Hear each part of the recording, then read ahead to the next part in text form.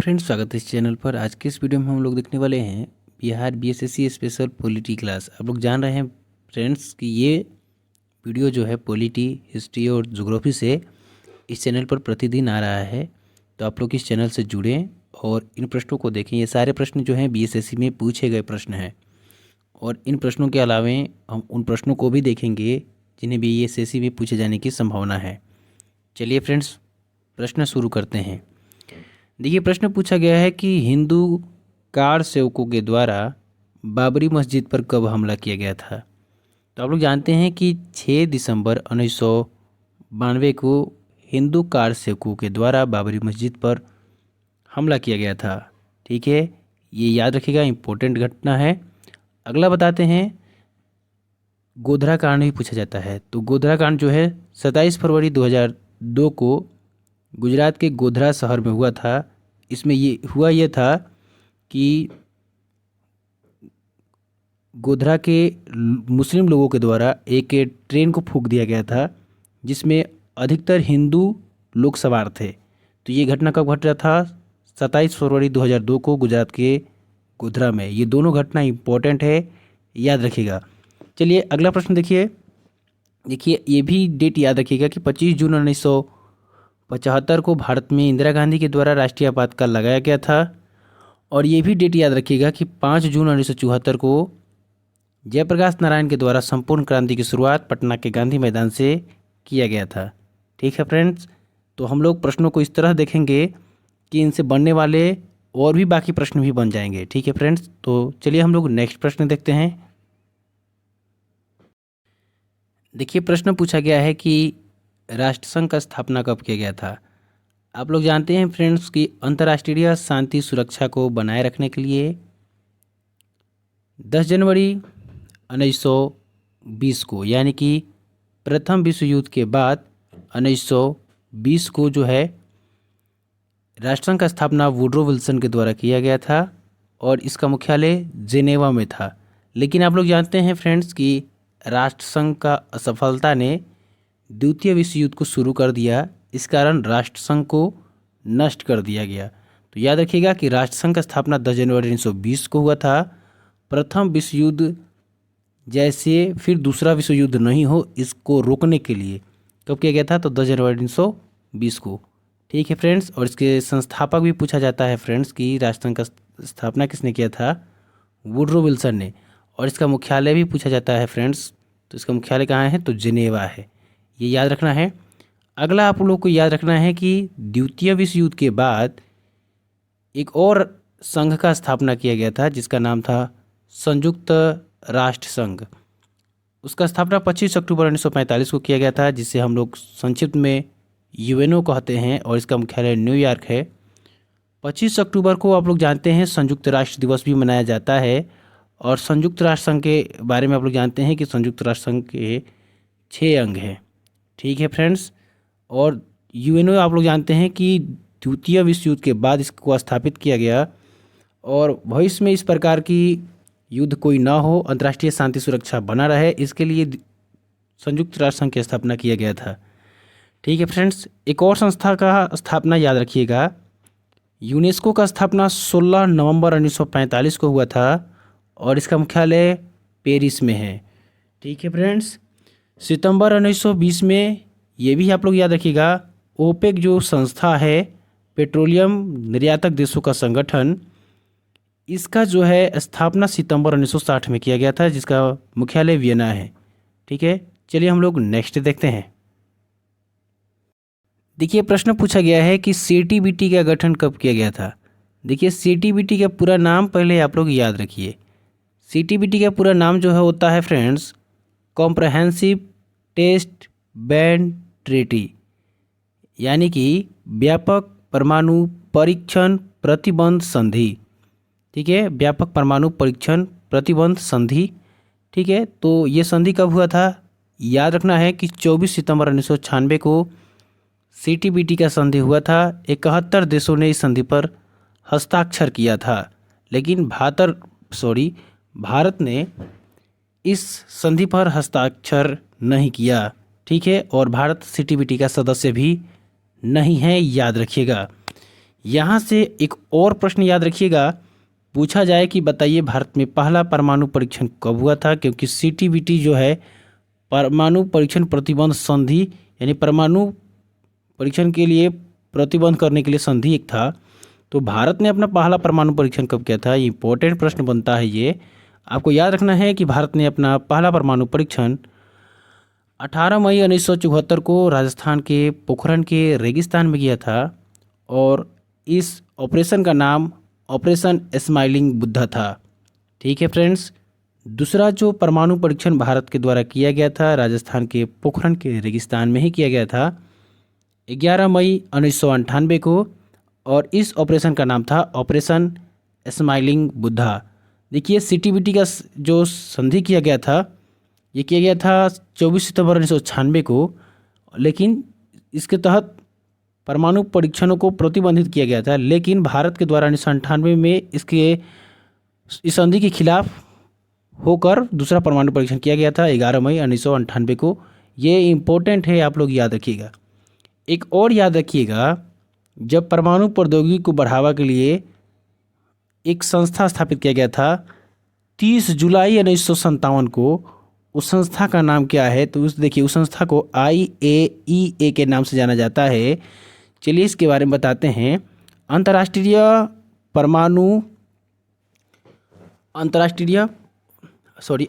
अणु ऊर्जा अभिकरण इस संस्था का नाम है, और इसका मुख्यालय वियना है। ठीक है, और इसकी स्थापना किया गया था 30 जुलाई 1957 को। इस संस्था के द्वारा परमाणु प्रौद्योगिकी को तकनीकों को सुरक्षित और संरक्षित तरीकों से बढ़ाने के लिए इसका स्थापना किया गया था, अंतर्राष्ट्रीय अणु ऊर्जा अभिकरण का। ठीक है, और इसका मुख्यालय वियना में है। इंपॉर्टेंट है, याद रखिएगा। चलिए हम लोग नेक्स्ट देखते हैं। देखिए प्रश्न पूछा गया है कि कोई विधेयक धन विधेयक है कि नहीं, इसका निर्णय कौन करता है। तो आप लोग जानते हैं कि कोई भी विधेयक धन विधेयक है कि नहीं, इसका निर्णय कौन करता है। तो आप लोग जानते हैं कि लोकसभा का अध्यक्ष करता है। कौन करता है फ्रेंड्स, तो लोकसभा का अध्यक्ष करता है, और राज्य विधानमंडल में विधानसभा का अध्यक्ष करता है। ठीक है, अब धन विधेयक के बारे में हम बात कर लेते हैं। तो देखिए अनुच्छेद 210 में धन विधेयक का चर्चा किया गया है, और आप लोग जानते हैं कि धन विधेयक केवल लोकसभा में ही पेश किया जा सकता है, राज्यसभा में नहीं।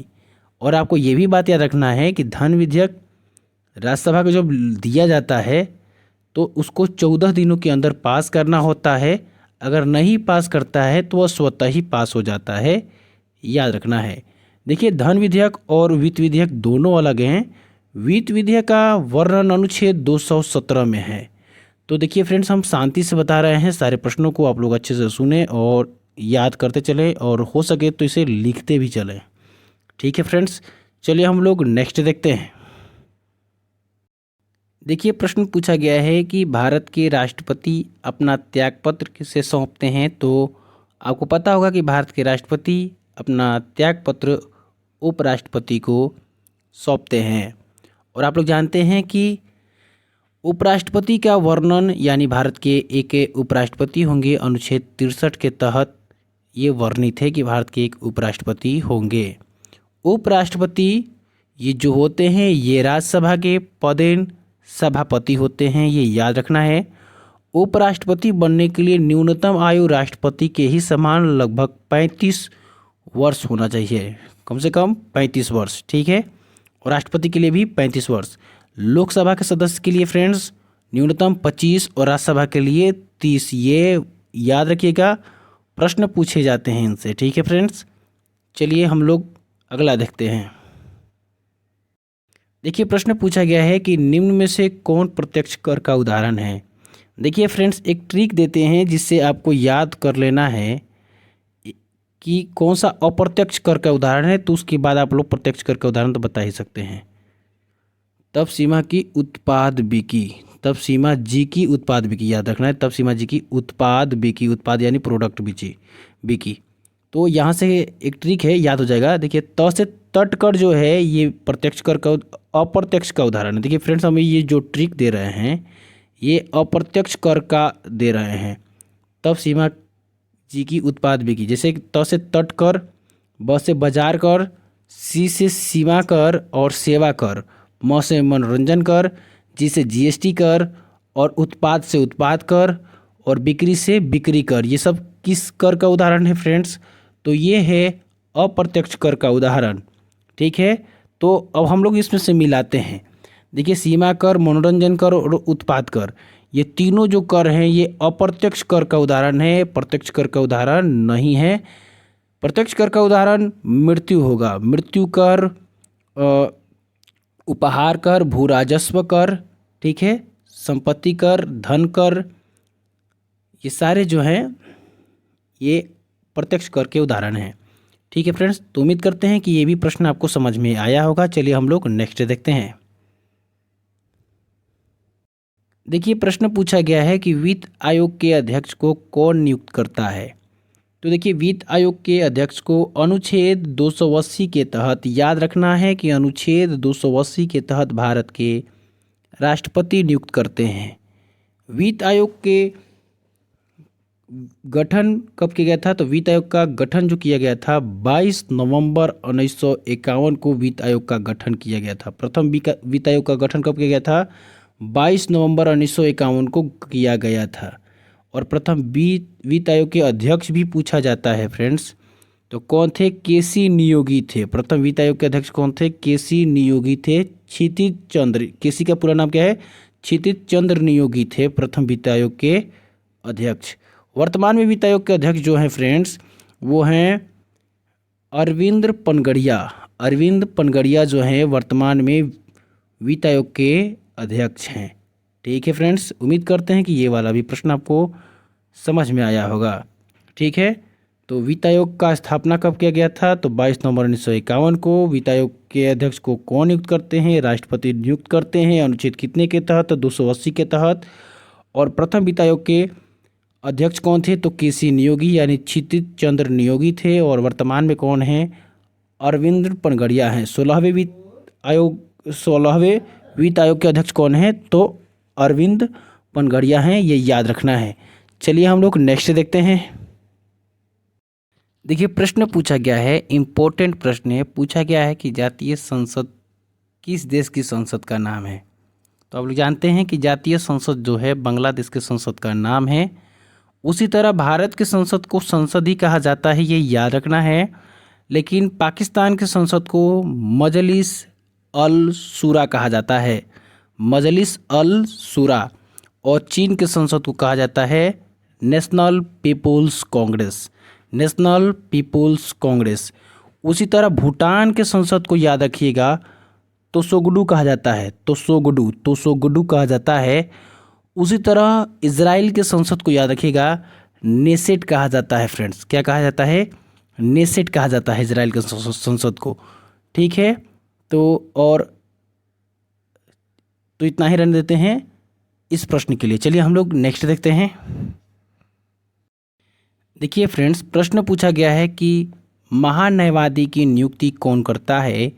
महान्यायवादी की नियुक्ति जो है भारत के राष्ट्रपति करते हैं अनुच्छेद 76 के तहत। ठीक है, महान्यायवादी की नियुक्ति भारत के राष्ट्रपति करते हैं अनुच्छेद 76 के तहत। इन्हें अटॉर्नी जनरल कहा जाता है। ठीक है, और महान्यायवादी के बारे में हम 2-3 बातें याद रखना है हम लोगों को। महान्यायवादी भारत का सबसे बड़ा विधि अधिकारी होते हैं। और पूछा जाए कि भारत का सबसे बड़ा वकील, तो महान्यायवादी ही होते हैं। उसी तरह राज्यों में महान्यायवादी के ही तरह महाधिवक्ता की व्यवस्था किया गया है। तो महाधिवक्ता जो है वो राज्य के सबसे बड़े विधि अधिकारी होते हैं और राज्य के सबसे बड़े वकील होते हैं। तो महाधिवक्ता की नियुक्ति अनुच्छेद 165 के तहत किया जाता है और महान्यायवादी की नियुक्ति राष्ट्रपति के द्वारा किया जाता है 76 के तहत। लेकिन याद रखना है कि राज्यों में महाधिवक्ता की नियुक्ति अनुच्छेद 165 के तहत राज्यपाल करते हैं। कौन करते हैं? तो राज्यपाल करते हैं। ठीक है फ्रेंड्स, तो ये सारे याद रखना है, प्रश्न इंपॉर्टेंट हैं। चलिए हम लोग नेक्स्ट देखते हैं।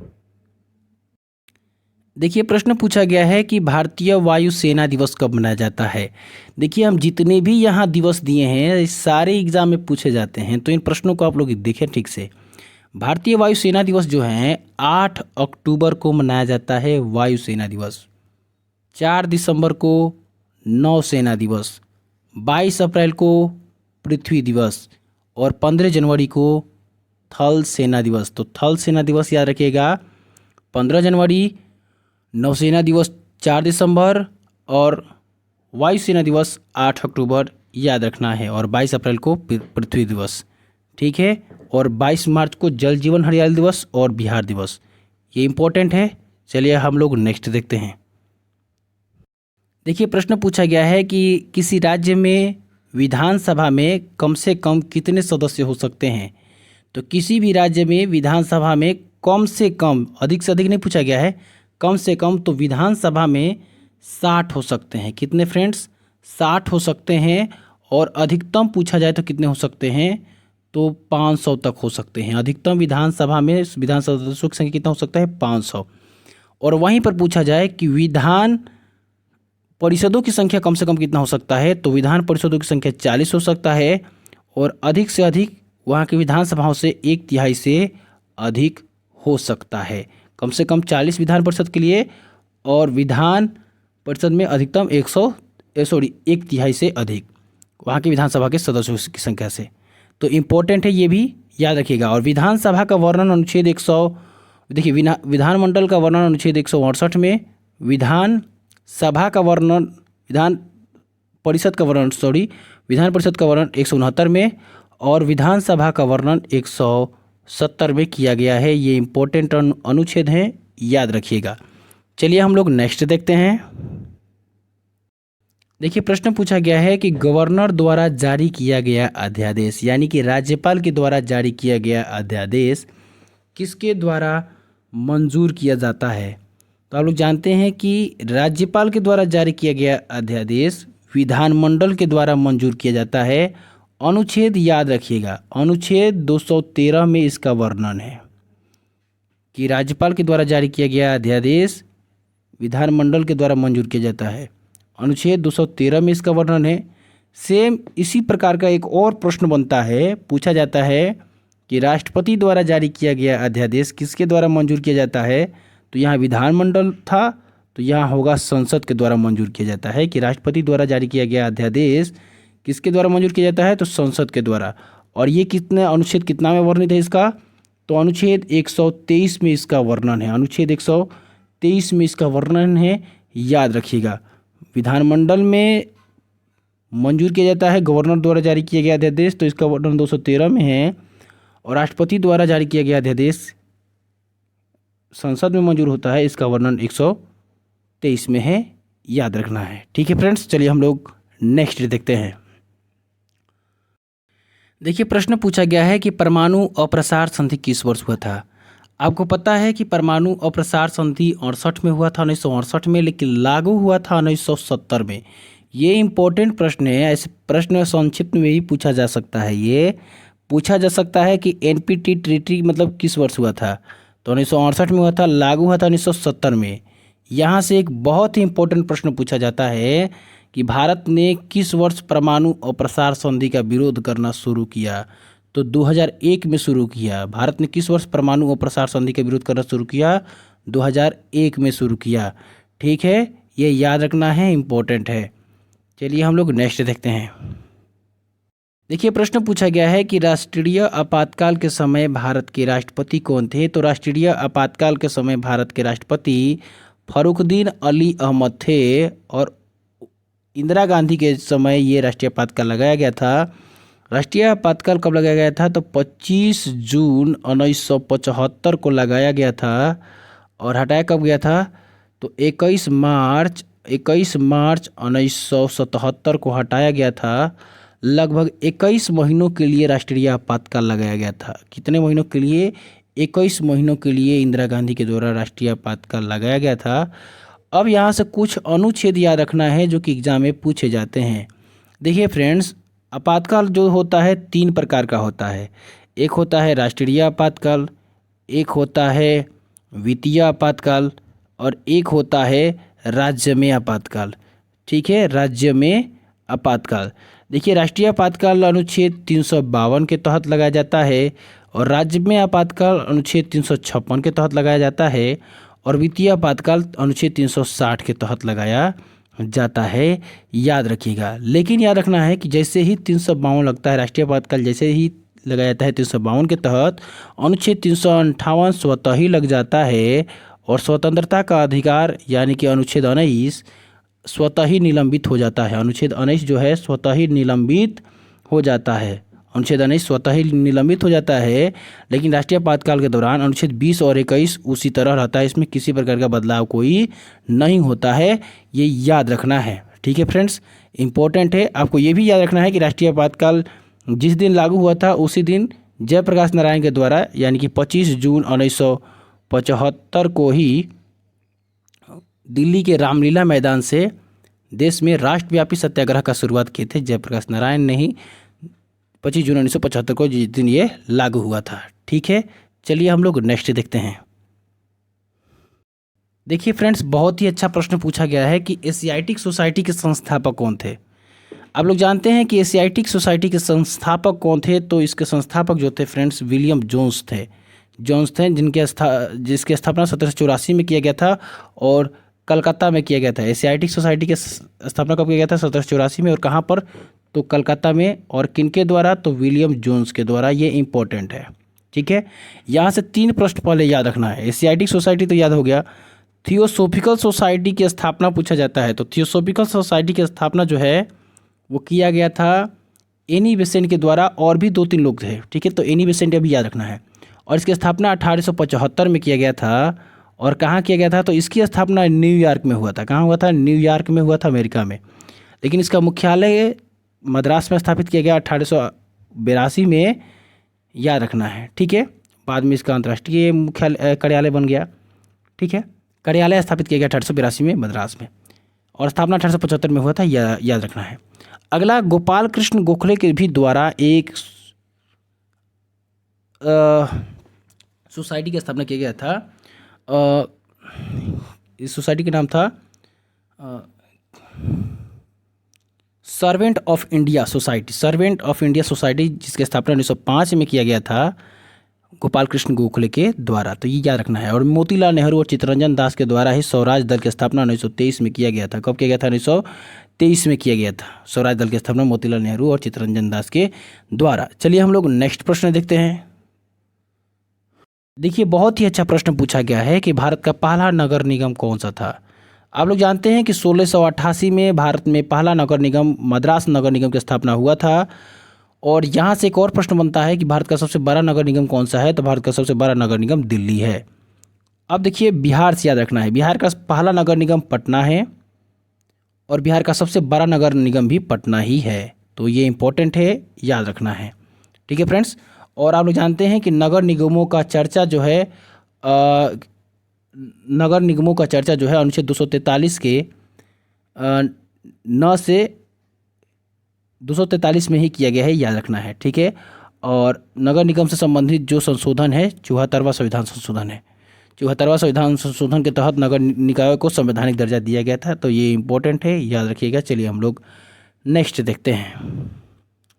देखिए, प्रश्न पूछा गया है कि भारतीय संविधान के किस अनुच्छेद के तहत राज्यों को केंद्र से सहायता अनुदान प्राप्त होता है। तो भारतीय संविधान के अनुच्छेद 275 के तहत राज्य को केंद्र से अनुदान प्राप्त होता है। राज्य को केंद्र से अनुदान प्राप्त होता है अनुच्छेद 275 के तहत। चलिए इन सभी अनुच्छेदों के बारे में देख लेते हैं। तो देखिए, अनुच्छेद 368 के तहत जो है संविधान में संशोधन होता है। अनुच्छेद 248 के तहत जो संघ सूची, राज्य सूची और समवर्ती सूची के बाद जो सूची बचता है उसे कहते हैं अवशिष्ट सूची। तो अवशिष्ट सूची पर जो है केंद्र सरकार ही कानून बनाता है, आप लोग जानते हैं। और इसका वर्णन जो है 248 में किया गया है। अनुच्छेद 248 में किया गया है, ये इंपॉर्टेंट है। और अनुच्छेद 343 के बारे में आप लोग जानते हैं कि अनुच्छेद 343 में ही हिंदी को राज्य भाषा का दर्जा देने के बारे में बताया गया है। कहा गया है कि अनुच्छेद 343 के तहत कि भारत का राजभाषा हिंदी है और इसकी लिपि देवनागरी है। इंपॉर्टेंट है, ये याद रखिएगा। चलिए हम लोग नेक्स्ट देखते हैं। देखिए प्रश्न पूछा गया है कि अंतर्राष्ट्रीय मुद्रा कोष का स्थापना कब किया गया था। तो आप लोग जानते हैं अंतर्राष्ट्रीय मुद्रा कोष को IMF के नाम से जाना जाता है, इंटरनेशनल मॉनेटरी फंड। और इसकी स्थापना 1944 में किया गया था और इसका मुख्यालय जो है वाशिंगटन DC में है। कहाँ है फ्रेंड्स? तो वाशिंगटन DC में है इसका मुख्यालय। और भारत में याद रखिएगा, सॉरी भारत में नहीं, विश्व बैंक का स्थापना कहाँ किया गया है? तो वाशिंगटन DC में ही किया गया है। और कब किया गया है? तो 1944 में, याद रखिएगा, किया गया है इसका स्थापना। और 1993 में आप लोग जानते हैं यूरोपीय संघ की स्थापना किया गया था, जिसके सदस्य देश 27 हैं और इसका मुख्यालय, यूरोपीय संघ का मुख्यालय जो है बेल्जियम में है। ठीक है फ्रेंड्स, बेल्जियम की राजधानी ब्रुसेल्स में है यूरोपीय संघ का मुख्यालय, यूरोपियन यूनियन का, ये याद रखना है। और 1945 में तो UNO का स्थापना हुआ था, ये याद तो आपको होगा ही। चलिए हम लोग नेक्स्ट देखते हैं। देखिए प्रश्न पूछा गया है कि यूरोपीय संघ की स्थापना कब किया गया था। तो आप लोग को अभी बताया है कि यूरोपीय संघ की स्थापना 1993 में किया गया था। इसका मुख्यालय जो है बेल्जियम की राजधानी ब्रुसेल्स में है, बेल्जियम की राजधानी ब्रुसेल्स में है। और इसके सदस्य देशों की संख्या 27 है। ठीक है, इसे संक्षिप्त में EU के नाम से जाना जाता है, यानी यूरोपियन यूनियन के नाम से जाना जाता है। उसी तरह पूछा जाए कि यूरोपीय आर्थिक समुदाय की स्थापना कब किया गया था। तो 1957 में किया गया था। और याद रखना है यूरोपीय आर्थिक समुदाय का भी मुख्यालय जो है वो है बेल्जियम में है। कहाँ है फ्रेंड्स? बेल्जियम में है, इंपॉर्टेंट है, याद रखिएगा। चलिए हम लोग नेक्स्ट देखते हैं। देखिए प्रश्न पूछा गया है कि लोकसभा का वर्णन अनुच्छेद कितना में किया गया है। तो लोकसभा का वर्णन अनुच्छेद आपको पता होगा कि लोकसभा का वर्णन अनुच्छेद 81 में किया गया है। देखिए संसद का वर्णन जो है अनुच्छेद 80 में किया गया है। राज्यसभा का वर्णन 79 में किया गया है। संसद का वर्णन 79 में किया गया है। और राज्यसभा का वर्णन जो किया गया है 80 में किया गया है। और लोकसभा का वर्णन जो किया गया है 81 में किया गया है। आप लोग जानते हैं कि राज्यसभा को विद्वानों का सदन कहा जाता है, लोकसभा को मूर्खों का सदन कहा जाता है।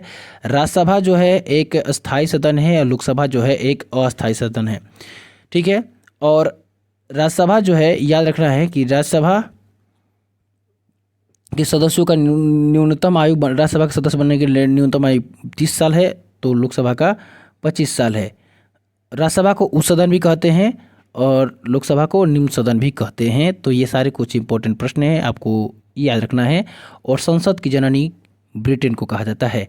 तो आज के लिए इतना ही, मिलते हैं फिर नेक्स्ट वीडियो में हिस्ट्री और पॉलिटी और ज्योग्राफी से संबंधित प्रश्नों को लेकर। ये सारे प्रश्न जो हैं ये BSSC से तो रिलेटेड है ही, बाकी सभी एग्जामों के लिए ये अच्छे प्रश्न है। सभी एग्जामों के लिए आप इन प्रश्नों से सभी, जैसे बिहार पुलिस हो गया, बिहार दरोगा हो गया, यहाँ तक कि BPSC हो गया, उन सभी एग्जामों में इससे मदद मिलेगा। ठीक है फ्रेंड्स, तो आज के लिए इतना ही।